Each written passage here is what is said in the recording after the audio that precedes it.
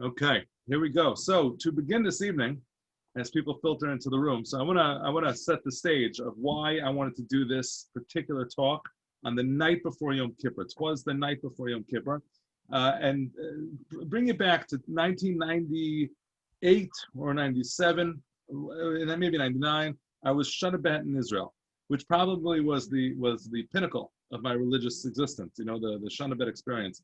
And I remember the night before Yom Kippur, so I was trying to prepare for Yom Kippur. And how do you prepare for Yom Kippur? So I was going through the machzor, and then after I went through the machzor, so I did the whole vidui, right? The Hashem, the Megana, and then I flipped to the back of the art school machzor, and oh my gosh, you start reading that, like I did that, and then because I was like Shana Bet, so somebody gave me the Chai Adam. The Chai Adam has a longer vidui that every letter of the alphabet, he finds like 20, 30 things that I also did wrong. And I'm pretty much going through this entire list, and it's just remarkable. Like I think murder was there. I think maybe that year I hadn't committed murder, so I kind of felt okay about it. And I was gripped with this feeling, and the only way for me to somehow summarize what this feeling was, when you're young. Unfortunately, I don't have this anymore. When you're young and you get pulled over by a cop. So not that this has happened to any of you, but in case it happened to any of you, you get pulled up, there's like a sinking pit in your stomach. I'm in really big trouble right now.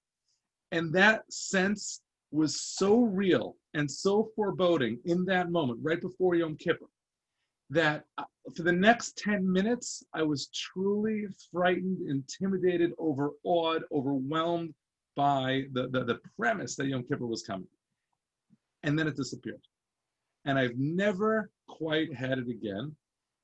So much so that I think my hashkafa about Yom Kippur, that's what I want to talk to you about. My whole hashkafa of coming into Yom Kippur has turned into more completely realistic. Here's like, I'm gonna do this 1,000 times over the course of 10 viduyim and all the al-chait, lots and lots of times I never actually counted. But I'm gonna sing it, I'm gonna sing the Hashanus, and I'm gonna hopefully come out with one little thing. So the reason that I wanted to talk to you about this is because as the author of this book, Synagogue, you're the expert on sinning. I feel like that's you. You're the guy who Indeed. You talk to. I feel like you've probably committed the sinner in chief. There's no question about it. Yeah, the sinner in chief. So there's a lot I'd love to discuss, and also there's another caveat, which just for the people who are signed on and listening, I always wanted to be like a funny and with it rabbi. Unfortunately, I get a lot of, wow, you're really funny for a rabbi. Like I get that a lot, which I find to be completely upsetting. Like I can't stand that. That would upset me a great deal if somebody said I get it all the time. Wow, you're so funny for a rabbi. And I hate it because nobody does that to it. Wow, you play a pretty good squash game for a dentist. Like it just, for some reason, we don't do that to other people. But rabbis, I guess, we're supposed to be in some sort of box and completely and entirely unfunny. And so you're a very funny rabbi. I'm gonna say it out there. It's very funny. No pressure.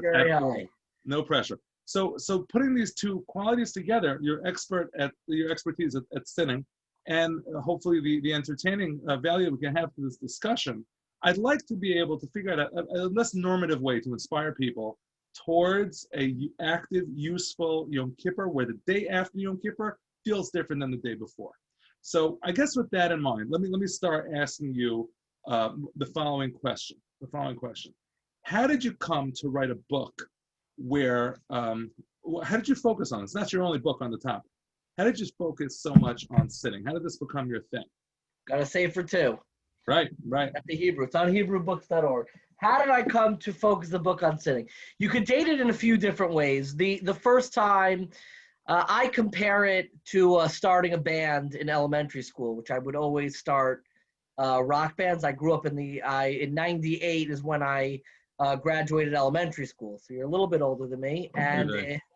And probably in 94, 5th, 6th, 7th grade, I would start a band every 2 weeks with a group of friends. We had a different band. This is like Nirvana was still in the culture, and Metallica. And when we would start a band, what we would do is we would all get together and say, we gotta pick a logo and a name, like a band name. And we picked these like disturbing names like Unsafe Manners, Dangerous Journey, Treacherous Path, these like angsty names.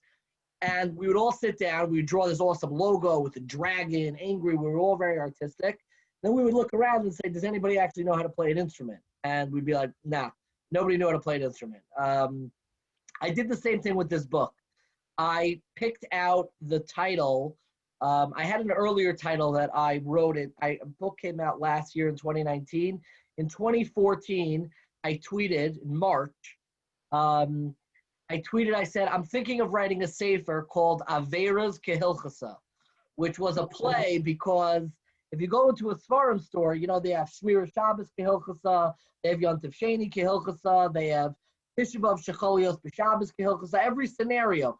Yontif laws, Shabbos laws, when Shabbos falls out on Yontif, Erev Tavshil, they have a book for everything. And I was looking at it, I said, we don't have a book on sinning. And nobody, it's like we only talk about doing better mitzvos, but nobody ever talks about doing better averos. And I find that to be way more practical to introduce and to say, you know, I'm going to do my averos a little bit better. So that was part one. I found the title.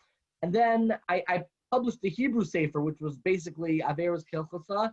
And then I picked the English title. Before I wrote a word, I said synagogue. What a killer title, because, again, it's a great pun. Sells copies, and the suffix agog means to grow or to lead. It really meant something. People hated the title.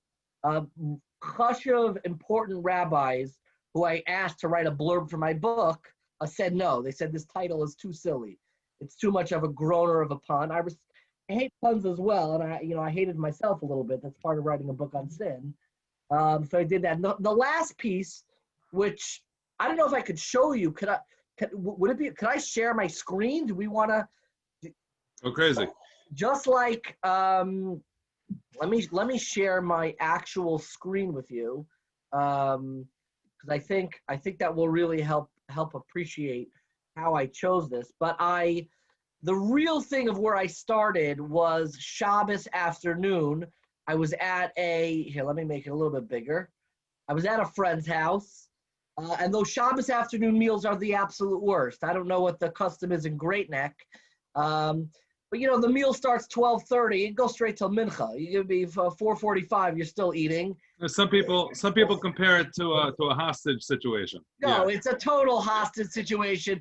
My wife and I have, like, signals. I'll, like, tap my glasses a few times. Like, we got to get out of here. So it was one of those meals where we couldn't leave.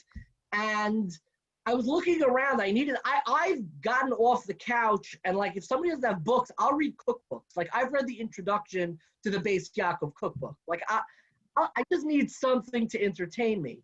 And I found a collection of photographs in a book called Charedim, which was a photographer named Menachem Kahana, who spent a year photographing the Israeli Haredi community. And I was flipping through. There are hilarious pictures in there of, you know, Purim, drunken stupors, a pidyon peter chamor. There's a donkey on it. There's wild pictures. And then I saw this picture, and my heart stopped because it's taken behind the Belzer Rebbe. If you've ever been in Israel, you see there's the Belzer base medrash. It looks like Mashiach came. It looks like the third base Hamikdash. It's so big. And they have this amazing hall. He took it behind the Belzer Rebbe. And I looked at this picture. It happens to be a beautiful picture. But what I saw was a depiction of what I saw was 4 types of Jews. It's not just a tish. I saw a picture of the Rebbe. That's the person wearing the strimal. You see his back. And you have, in any room, there's the leader. There's the person speaking. Maybe it's the rabbi, the teacher, your boss, whoever it is. There's the leader. And then on the sides is the number 2s. The people cutting the challah, they're the people who have the keys. You know, kids love playing with keys. It's the person in camp who's got the golf cart. You know, nobody wants to be in charge at camp. You just want to be the person with the golf cart. And those are the 2 people to the side of the Rebbe. And then you have all the followers, the people listening, the people getting inspired. But what moved me so much about this picture was if you can't see it and you've never seen the cover of the book, I stylize it, is that little child beneath the table. And I wrote the book because I think in every room, whether in your home, in your shul, at work, there are always rooms where we feel like different members of this picture. But I think in a lot of places, maybe it's in shul, maybe it's when you visit your your parents, your in-laws, when you're with your children, we sometimes feel like we're in the room, but we don't really quite have a seat at the table. And that's that picture of that child. Like I just looked at his face. He's listening. There's almost like a sweetness, a sadness to his face that I love so much. And I don't know who that child is. People that it's not me. I'm not that child. I was never a Belzer Chassid. But I think for a lot of people, they identify with that notion of being in a room, but not feeling like you have a chair at the table. And I wrote the book for that feeling and that emotion almost. So have you done any work in trying to figure out who this kid is? No, He hasn't reached out to you? He has not reached out to me. I did have to license the photograph, which is a joy because in Israel, just the pricing is so different. Quoted me a super low price, and I'm like, sold. So I got to license the picture for the cover, and he's a top-notch AP photographer, lives in Israel, secular Israeli, who spent a year doing this. It's a jaw-dropping collection. Yeah, when you look closely at the picture, and I have it on the cover of the book, you can't help but noticing that he's staring right at the photographer. It's like, that. Right at him. Yeah. That's like the entertainment when you're at the tish for some people, right? It's not the Rebbe. It's not the challah that's about to fall on his head. It's the this is so cool. He's taking pictures. It's the great shot. Yeah, 100%. So you wrote the book, which was really to, I guess, express, if I could say it in a sentence, express the tolerance that exists within our tradition to something that you would imagine is intolerable, which is doing the wrong thing. And what would you say is the most, and with a disclaimer, my Shabbat Shuvah Drasha, which ties into this as well, I spoke on Thursday night about Takanas HaShavim. The idea which you happen to not spend a lot of time on in the book, because I was looking for Marmakomos, so like thanks a lot for that. But you don't spend a lot of time, but this idea that in order to make it easier for somebody to do tshuva, so we'll even have a run-of-the-mill guy who got $1 million stolen from him, be told, don't ask for your money back. Don't take it back even if he offers it. And so the tolerance that exists. It's in the book, by the way. If you look at the chapter on Rabbi Nachman and Rabbi Tzadok, what I quote, I compare these two Hasidic leaders. Those who know me, I did a master's in Polish Hasidus. I studied in Ner Yisrael for a bunch of years, and I did a master's degree. I switched from Ner Yisrael to YU. I'm the first guy who came to YU to study Hasidus. And I did a master's degree in Polish Hasidus under somebody named Yaakov Elman, who was like a phenomenal scholar, passed away a few years ago. People always ask me why I did a master's in Polish Hasidus. I always tell them it was for the money. Great career. Now don't, if anybody's listening, your kid comes home and says you want to do a master's in Polish Hasidus, that's a no-go. That's a no-go. Definitely great neck parents. You can absolutely discourage your children from getting a master's in Polish Hasidus. But I studied the works of Reb Tzadok HaKohen Lublin, who was this 19th century Hasidic scholar, was born in 1823, died in 1900, who was this amazing, almost like modern, like thought about very modern problems and issues related to Judaism. And he was influenced a lot by Rabbi Nachman of Breslov. Never quotes Rabbi Nachman. So he wrote a commentary on one of his works.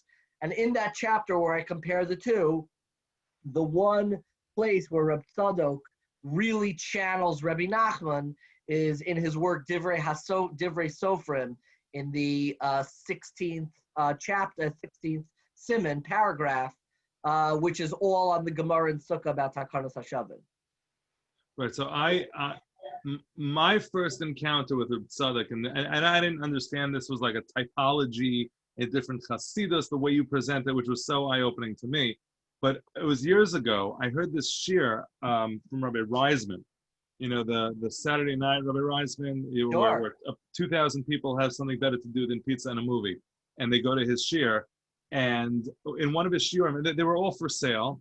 And there was this one shir, you must have encountered this shir on Yirmiyahu Yud Gimel. Jeremiah 13, about the laundry. He's told to take his cloak and to wash it and to get it dirty and to wash it. And it's this incredible tshuva message. And he quotes Reb Tzadok, and he quotes a lot of really great sources in there. But there was one Reb Tzadok, and this is my first encounter, where Reb Tzadok talks about that Gemara in Brachos, where it talks about Mayasa haben shelo yechte. You're going to put a person in position, you're going to clean them up and you give them money, you're going to put them on 42nd Street in the 90s, right? Not now, 42nd Street. Now you just have to worry about costumed heroes. But back then, Ma yasa haben shelo yechta. And he introduces this idea that you can have a person who is put into a situation where they have no choice but to commit a sin. Yep. They have no choice. Now, this is one of the scariest, like rabbis aren't supposed to be sharing this, right? Because now everybody, that's me. That's all you want me to do, Rabbi. There's nothing I can do. But when I saw this for the very first time and I heard Rabbi Reisman use it, it was like mind blowing. And I'll tell you why. And this is where I'm leading you in a question, actually. What I used to be taught that there's no such thing as a test you can't pass. And I'm opening that Reb Tzadok, and he says it's not true. So what? How are we supposed to figure this out? When we take a look at any one of our independent Shamnus coming into Yom Kippur, what is the thing that we are supposed to work on when we see that there's such an incredible continuum? Like, how do you advise this people? idea from Reb Tzadok is the most jaw-dropping idea. I talk about a lot. I give a class in YU about sin and failure. Got to push product. Get the kids to buy the book. I'm the worst. But this idea from Reb Tzadok is without a doubt the most jaw-dropping. It's also the most modern because I think that Reb Tzadok came at a lot of these issues from experience rather than just from the text. Where if you've lived a little bit of life, we say God would never send me a test I couldn't pass, but like, look at life. I mean, could I have passed every single thing that came up the pike for me? Maybe some yes, some. There's got to be some things that I was just doomed. I was doomed to failure from the start. And I think Reb Tzadok doesn't write this, but I talk about this in the first chapter of my book, and I think it's the most fundamental thing that I discuss in terms of sin, which is that if you open up a Chumash, if you open up the Bible, and you read the first 3 chapters of the Bible, and you read the story of the first sin of Chet Adam Harishon, of Adam eating from the Chet Ed Tadas, the tree of good of knowledge, and you read that story, there are 1,000 questions. What was Adam's sin? How did he sin? Why did he sin? But there's a really fundamental question that nobody asks, and it's the most important question that relates to all of sin is everything, which is not why did he sin, how did he sin, what was the sin. The fundamental question to ask is when did he sin? When did this take place? And if you read a standard Chumash, and I ask you, when did this take place? You don't know anything, just read the Chumash. You would say, I don't know, the first chapter of the Torah deals with creation, and then you kind of have this second story of Adam, and then it talks about the sin in the 3rd chapter. I don't know. He created the world. He sinned on Sunday, Monday, maybe a couple weeks later. And a lot of non-Jewish theologians actually date this story years later. There are books in the non-Jewish canon that date this years and years later. The Gemara in Sanhedrin, the Talmud writes very deliberately that this took place during creation. And I think both of these readings are really important because if you read this as the Talmud does and date it as part of creation, that means that a part of Maisa Bereshis, a part of the creation story, was the creation of sin. There's an inevitability in that idea. The world was created imperfect. Part of the creation story is sin. We think about God creating this perfect idealistic world that man then deteriorates. In this reading, difficulty, imperfection, sin, failure was a part of the creation story. The second reading, where this took place after, which is the kind of the Pshuto Shel Mikra, a literal reading, is that it took place after, that tells a different story. That says that the world was created perfect. Perfection is something that kind of exists in this idealistic state, and we kind of deteriorated from that. I think both readings are true, and when we think about our own lives, there is an idealism that we don't want to let go of, and there's something that we want to connect to. But there's another reading, and this is part of what the Teshuva process is, which is taking our failures, our mistakes, our struggles, and reminding ourselves that that's a part of our personal creation story. That's a part of who I am and what made me. That's ultimately what Teshuva from Ahava, from love is that it takes your mistakes and makes them into merits. And I think of this scene when you mentioned the Ashamnu. You know, can I give a tour? I'm gonna get up and give a tour. I'm giving a tour right now. Is this okay? Yeah, I mean, we'll see where the tour goes. But I'm gonna go. This picture over here is in chapter 7 of my book, where I talk about God sinning. I quote from this amazing jaw-dropping story. A copy of the story is on my wall from American Girl in 1966. This is the most money you should ever pay for a newspaper. Don't do this. Don't try this at home. But this is the original November 1948 newspaper of Dewey defeats Truman. We don't have a President Dewey.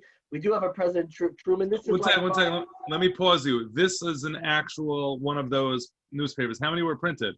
This is the original. They're pretty rare. There's probably, I don't know, 1,800 in existence now. Tough to buy. You have to get it at auction or from a dealer. But this is this headline is what we get every year. Somebody defeated you. That's why I literally look at this from my desk, and it's a reminder that when somebody writes a headline like this about you, don't believe it right away. I love this headline. I have a picture over here. I'm going to move it because I have all my books on sin and failure about it. This picture is from a movie. You look at this picture over here. This is the trip. What movie is this from? You can answer in the chats. Only people who have not been in my class before are allowed to guess. Do we know what movie this is from? You can put it directly in the chat. What movie is this? In the movie, it's called a Winslow Holmes knockoff, Paint by Numbers. Can people chat? They can. They're no, we have no guesses yet. What movie? This is very weak. Oh yeah, a pretty famous one. Good Will Hunting. Damn. I got a couple. No, it's not. It's not from Titanic. Lonnie and Barbara and Mark definitely got it correct. That's Lonnie Pelkovitz. You probably know David. Oh, Lonnie Pelkovitz. That's from Dr. Pelkovitz's wife. Oh, what an absolute joy. Yes, that is from Good Will Hunting. There's a scene in Good Will Hunting that's probably the most famous scene where Matt Damon's character, Goodwill, Will Hunting, is in Robin Williams' office as a psychologist. I watch this scene every year before Yom Kippur. There are 2 movies that I watch before Yom Kippur every year. This scene and another movie that I'll tell you about in a second. And there's this scene where Matt Damon's character, Will Hunting, is going through this breakthrough. And Robin Williams looks at him and says, it's not your fault. It's not your fault. And he says, okay, I know, it's not my fault. And then he says it again, it's not your fault. And he keeps on saying it, and he starts getting more and more emotional. It's not your fault. It's not your fault. And then all of a sudden, he's like, don't mess with me, Sean. That's the Robin Williams. Stop it. I know what you're trying to do. All of a sudden, in the breakthrough moment, he starts crying. Now, if you read the original script and you watch the movie, you may miss, he actually has a piece of dialogue after that. He starts crying, and after saying, it's not your fault, it's not your fault, it's not your fault, Matt Damon breaks down crying, and he says, I'm so sorry. I'm so sorry. And that scene is like a revelation, because it's basically saying that a part of being able to unpack your sorrow and almost take responsibility is the acknowledgement that there were things that were outside of your responsibility. I think that very scene is negotiating those 2 readings, of one reading saying your failure was a part of your creation story, it's not your fault, and then finally being able to embrace that and be able to then say and take ownership and say, I'm so sorry. And Ashamnu does the same thing. We say Ashamnu, Bagadnu, Gazalnu, but it doesn't end that way. It ends with Titanu. It ends with you led us astray. It doesn't end with we let ourselves astray. That's the negotiation of Goodwill Hunting. That's the negotiation of the two creation stories. We say over and over again, it's the reverse. I'm sorry, it's my fault, it's my fault, it's my fault. And then we have this breakthrough moment where it's Itanu, where we finally come and realize, wait a second, some of this HaKadosh Baruch Hu you need to own, you need to take ownership of. Those are the two readings of creation. That's that scene that I find so amazing. And I think that's the dance of Teshuva, of taking responsibility, and through that act of taking responsibility, we're able to take that failure and bring it back to that original creation story that we're imperfect. It was out of our control from the beginning. Yeah, so that's what I like so much about you. You know, I watch Goodwill Hunting, and I learned that this is math, right?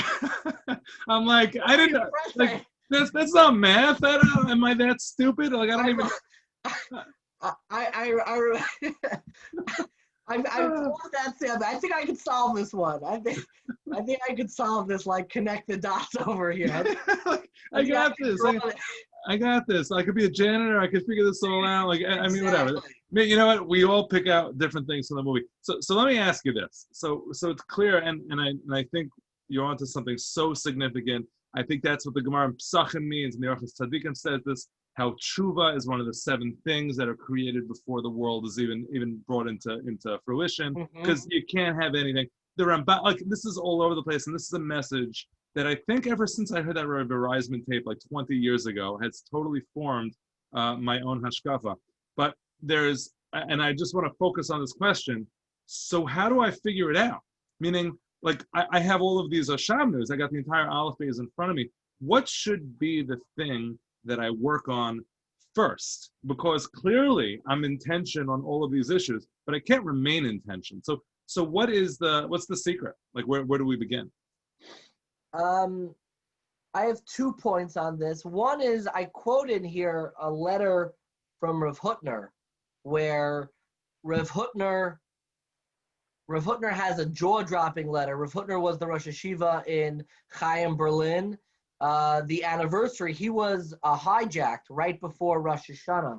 He was actually supposed to be the Masader Kedushin at my sister's in-laws, the Bachko, Stanley and Faye Bachko. He was supposed to be Masader Kedushin. Best excuse to get out of the Seder Kedushin, hijacking. He was hijacked in... Number two is quarantine. No, number 2 is quarantine, yeah. But number 1 is a hijacking.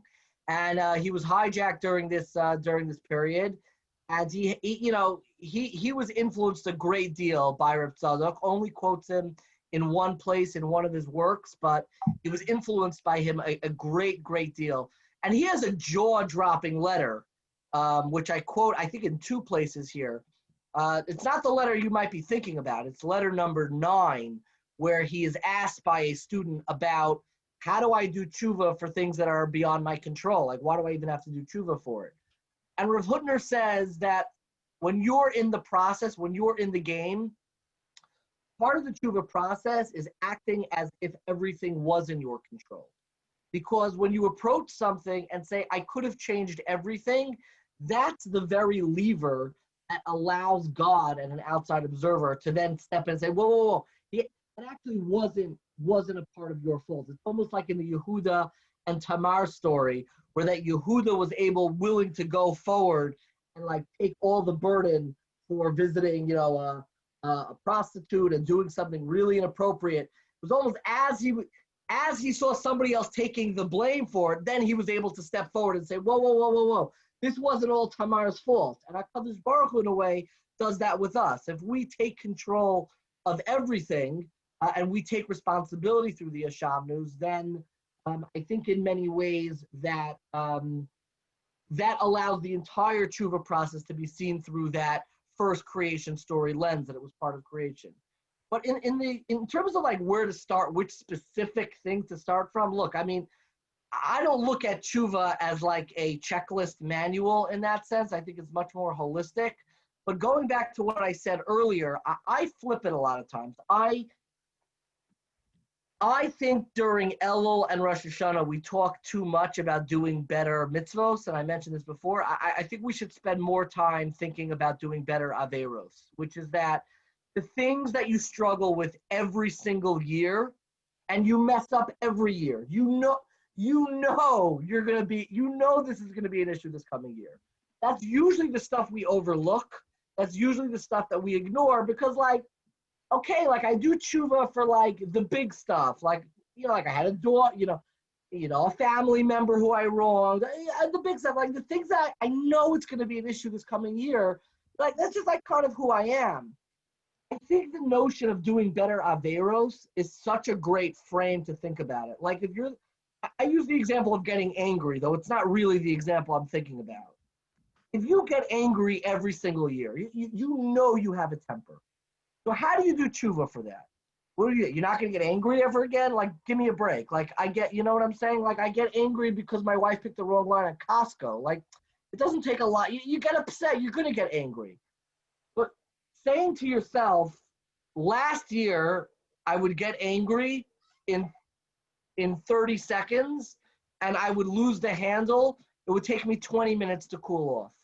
This year, it's going to take me 90 seconds. It's going to take an extra 60. I'm going to get angry still, but it's going to take an extra 60 seconds. And you know what? It used to take me a day to apologize. It's going to take me 12 hours now, half a day. I think the idea of like the things that I know are going wrong, Lashon Hara, right? We use examples that are innocuous, so I'm not using the real examples. You use Lashon Hara. You know you're going to say Lashon Hara. You know you're going to do it. But you know what?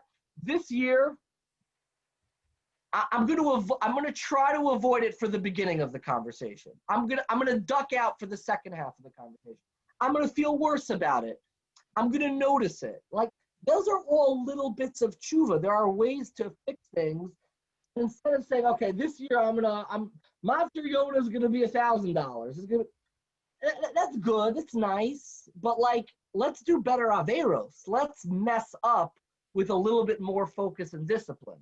Yeah, there's a great Chavetz Chaim story. I'm sure you know it, about the guy who didn't want to buy his book on Shmiras Halashon. Right, so a guy comes to buy all the books from the Chavetz Chaim. I told the story in shul, so everybody here knows it probably, because they listen to everything I say and remember it forever. The Chavetz Chaim guy comes in and wants to buy all of his volumes. I mean, he's super prolific. He's got like 15 sfarm, and he says, "Don't give me Sefer Chavetz Chaim and Shmiras Halashon. I don't want those. I don't want those. I'm not going to learn those. I'm not going to keep those." So when the guy takes out his package, he sees that the Chavetz Chaim wrapped the entire thing. He said, I don't want this book. Chavetz Chaim said, take it for free. But I'm not going to learn it, and I'm not going to do it. He says, at least minimally, you're going to see it on your shelf, and you're going to krechts, and you're going to say, oh, if only. That kind of, I think that's what you're talking about. That's what you're talking about. I love that. That's exactly, that krechts, that's a little bit of tshuva too. Right. And I think that, I have a chapter in this book. The idea of chetzi tshuva, half tshuva, not all the way tshuva, a little bit tshuva. Like, who's changed everything after Yom Kippur? It didn't happen to me last year.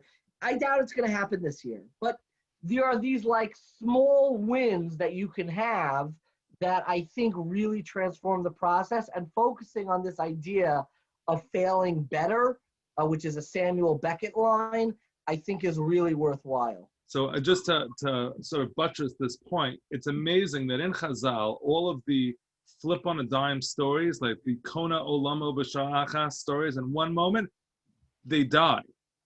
Like, we don't even know what would have happened had they gone on and lived. And he was in the Gemara about the Zara with I'm forgetting his name. Great. Yeah. Right? Like, he dies. And that's it. We're done. So had he lived, who knows what the next chapter would have looked like? I don't know. He had a great... fascinating insight. I've never heard that before. Okay. It's yours. It's yours.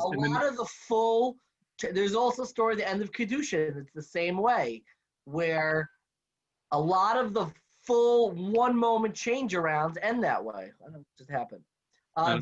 That's absolutely fascinating. Yeah, listen, if I could get in synagogue too, we have a name for it. Somebody in my shul suggested. Remember, I put that on Twitter. They loved it. Oh, really? My God! I got to follow you. Congregation. That's the and fraud in Jewish thought. Yeah. That was part two. I want a footnote, if you don't mind. You'll get more than a footnote. I always wanted to be a footnote in somebody's life. Okay, so moving right along. So one of the other things that you do that I like, and I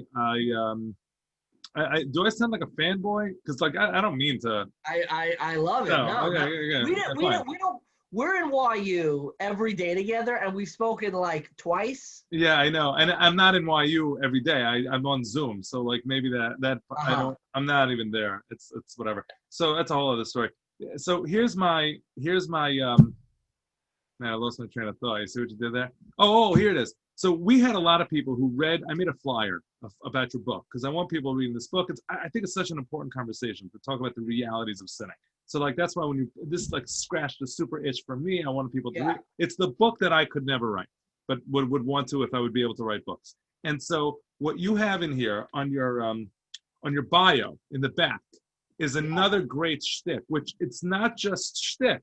It's not just shtick, and I really believe that. So much so that we had a bunch of emails that read my flyer, which altered your Typo. bio And a only bad slightly, typo. and they thought it was a typo. Because for those who haven't read it, it says here, and I'm going to read it because he's probably too embarrassed to say this about himself, except that it's on his book jacket. He writes, he is currently pursuing a doctorate in public policy, yada, yada, yada.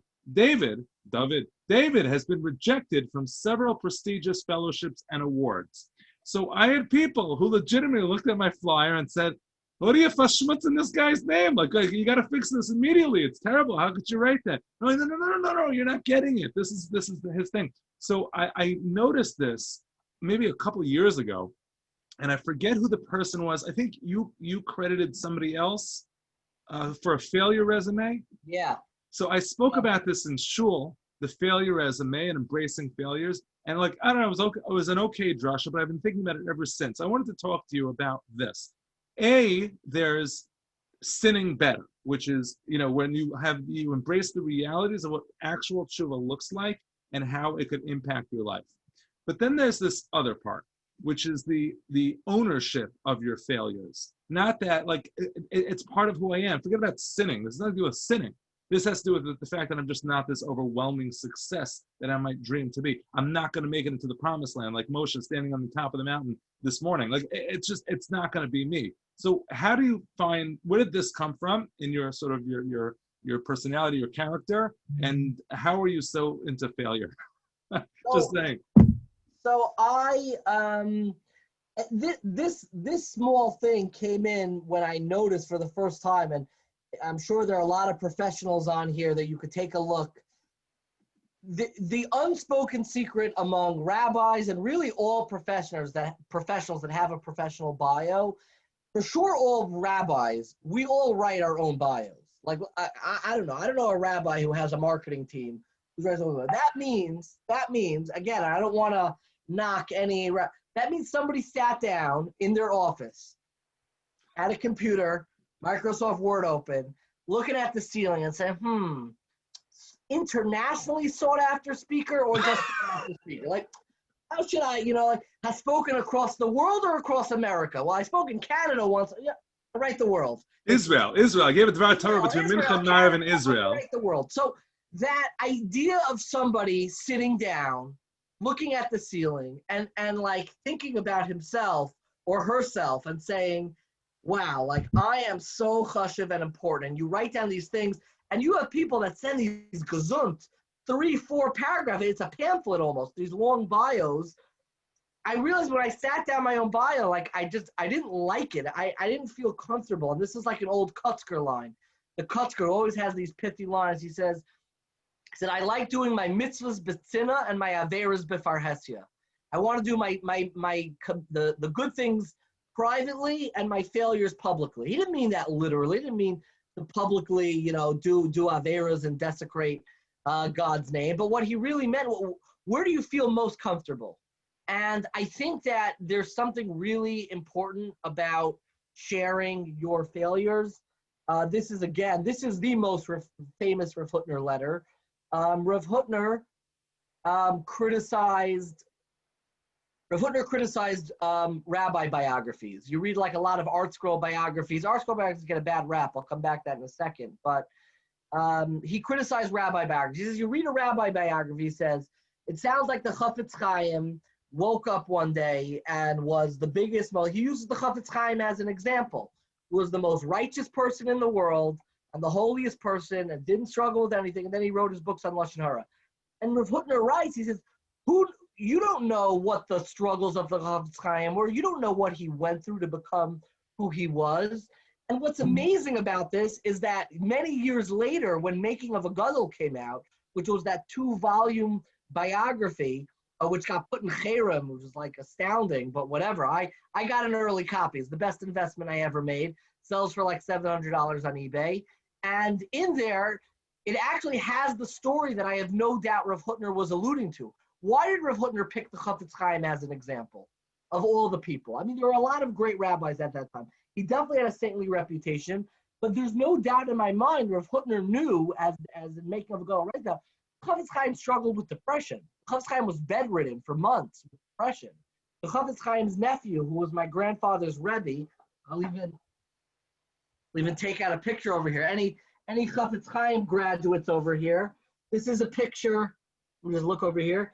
The Chafetz Chaim's nephew is here. This is Rav David Leibowitz, started Yeshivas Chafetz Chaim. This is my grandfather, Moshe Vakritsky. This is Rav Pinchas Scheinberg, if you remember, used to wear like 100 pairs of tzitzis. That was just one pair. That was one pair. This is the mustache years. This is the mustache years. A mustache then must be equal to many pairs of tzitzis. That's my. Yeah, well, he was also a Dodger fan back then, as well known. Exactly. Yeah. But my, Rav David Leibowitz was great. Like he struggled a lot of people struggled. He was a chain smoker. Couldn't put it down. His master of discipline. And I think that the fact that we don't talk enough about public figures' struggles or write about them. Rav Hutner writes a little bit about his own. Rav Tzadok writes about his struggles. And the fact that we don't share this is a problem. Now, I think this is a problem in families. This is what I really couch it in a fairly famous article by Bruce Feller, who, based on the research of Marshall Duke at Emory University, talks about the importance for parents to share stories of failure with their children as a way of building resilience.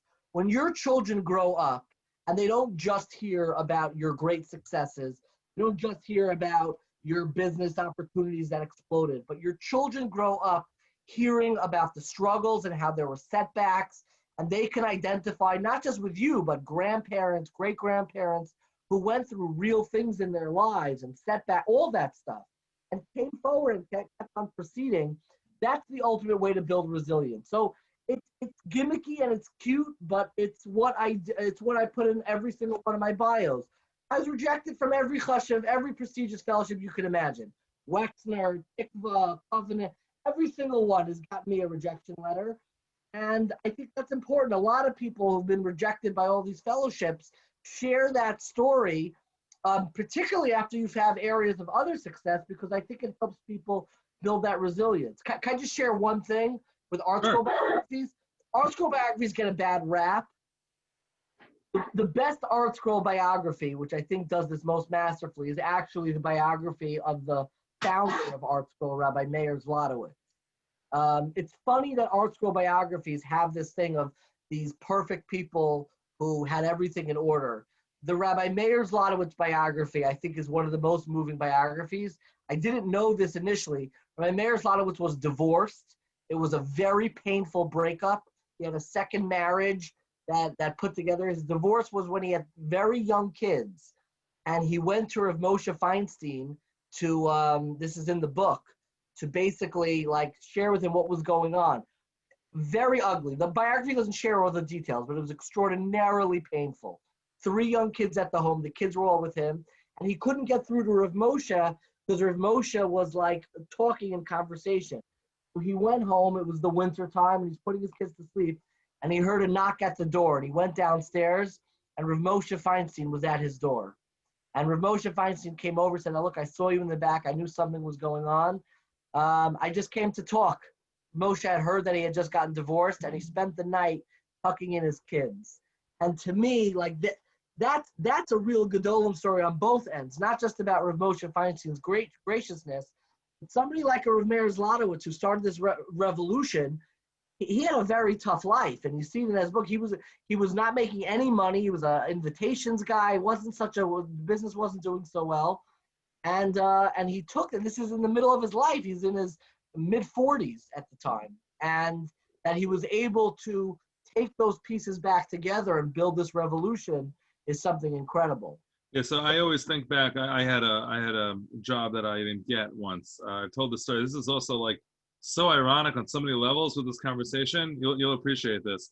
So many years ago, I was in Kola and I was looking for a position, and there was a particular kiruv organization in the city which was looking for like a coffee klatch guy, to sit and to schmooze, and education sort of second and caffeine first.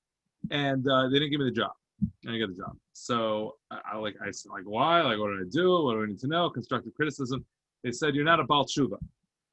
You're not a Baal Teshuva. You need to be a Baal Teshuva. And I found myself like, no, I promise you. I was so bad in high school. I didn't do anything. I needed to go to Israel to get turned on. Like I was completely disinterested. I promise. I get it. It was like this ironic thing where I hadn't failed and succeeded enough. Like I wasn't on that level. I couldn't figure out if it was good, if it was bad. And to me, that was I always think the about hardest part about getting rejected, especially from rabbinic positions, is because rabbinic interviews are in front of an entire community. Praba. That's really the top. That's my real next book, is called The Praba, and it's about who else interviewed and the history of Prabas in America. But that's really hard. Like those public, you come in, have you bumped into the person who interviewed you since then? No, I don't even remember his name. It was like 20 years, so long ago. And the story just comes to mind. And I don't know, me fighting for my sinning past was no, like I promise I wasn't that religious. Like it was just the most ironic conversations ever exist. Yeah. So that's unique about you, that I think like you embrace those failures. At the same time, you teach others how to embrace theirs in their forward progress, to be able to do more, do better, and towards their future. So let me ask you this, and this is more of knowing you. You wrote a little bit from Mishpacha magazine, which is not something which is circulated widely in Great Neck. Not that there's anything. It's not. If they knew that you were writing there, maybe they would, but they just didn't have the opportunity. And yeah, I guess you did sort of the inside baseball comedy section, which was it was fantastic. It was great stuff. But I'm curious how your hashkafa jived, and were you at any point part of the editorial process of it? And here's what I mean. What you're talking about, and this is sort of acceptance of sin as a realistic motivator, as an engine for people to get better, this is the reality. Like I've had students that told me their understanding of Judaism was, when asked, Judaism is about doing things so that God doesn't punish you. That's what it is. And to me, that's such tragic education that I do whatever I can to try to undermine that message. There's that Meshech Chachma, it's about how everybody makes the mistake, and they think that the first commandment given to Adam and Eve in the Garden of Eden was, don't eat the fruit. No, the commandment was, eat everything, enjoy. It's like one little thing you can't do. And that paradigm shift is so critical. So I find that a lot of the world has not imbibed this message.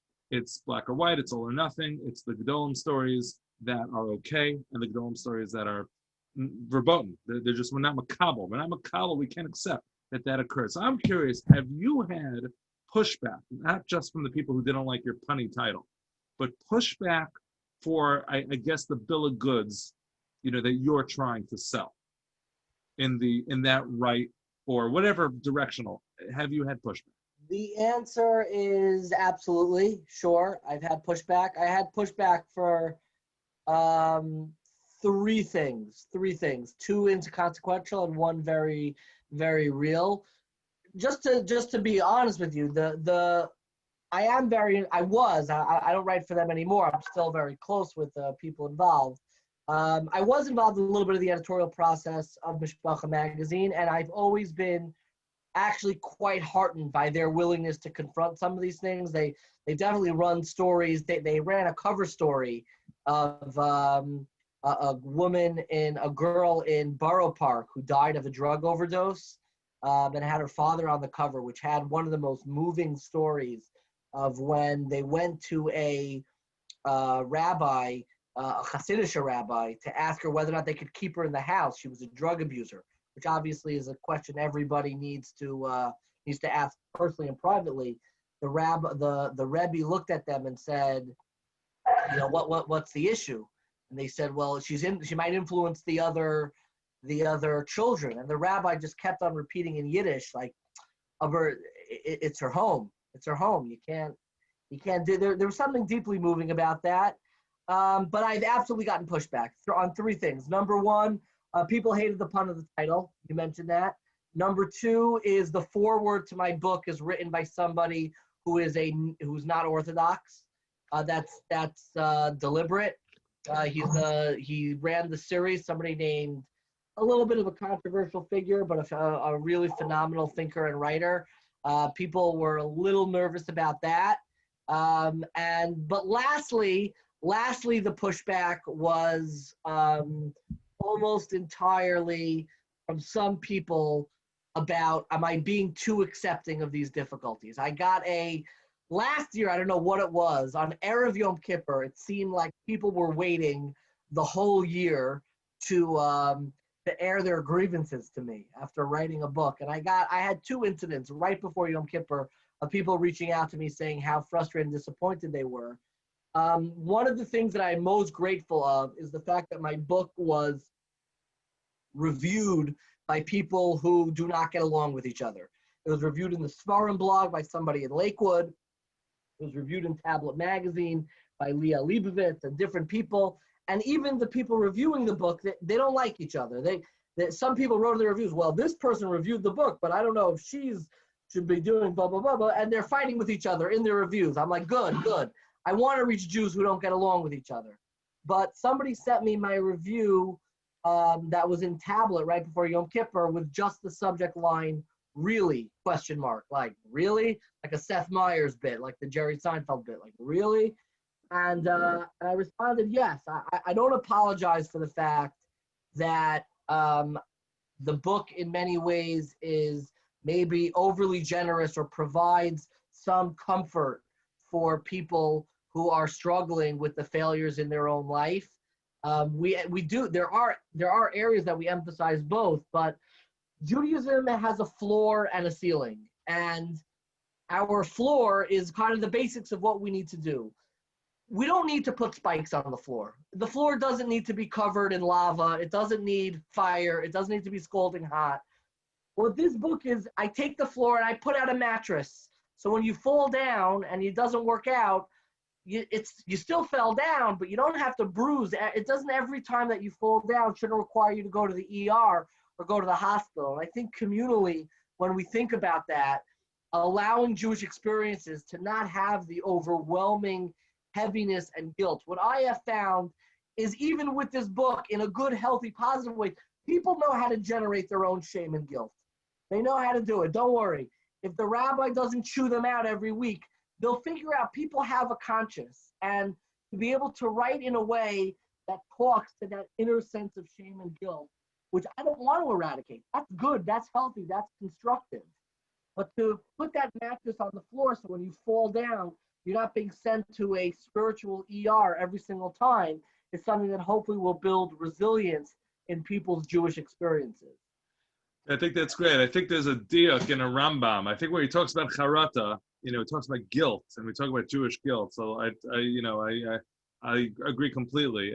Guilt is a component of tshuva, but it's hardly ever the motivator, right? You have to figure out after you've decided to do tshuva what there is to feel bad about. But people don't really bring themselves up at any point because they feel so terrible about themselves. That's actually the worst way to do it. The girl in the bar, they tell the story about the girl in the bar, oh, if you're dressed like that, you may as well do blankety blank. And then she's like, oh, really? Okay, so then I may as well go do blankety blank. And she goes and does it. I find this amazing idea that was actually censored in some of his books.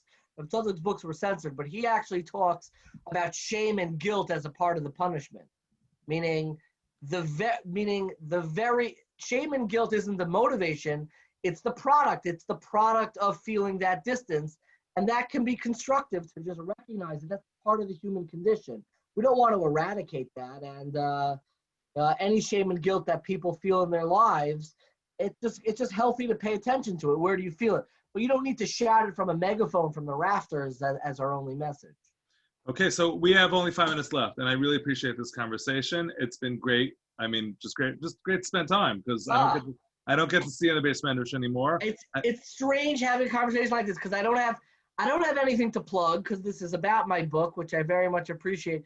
But people could know we haven't had so many questions, but anybody who feels comfortable, you're more than welcome to email me. Can I give my email address, my Twitter account? Yeah.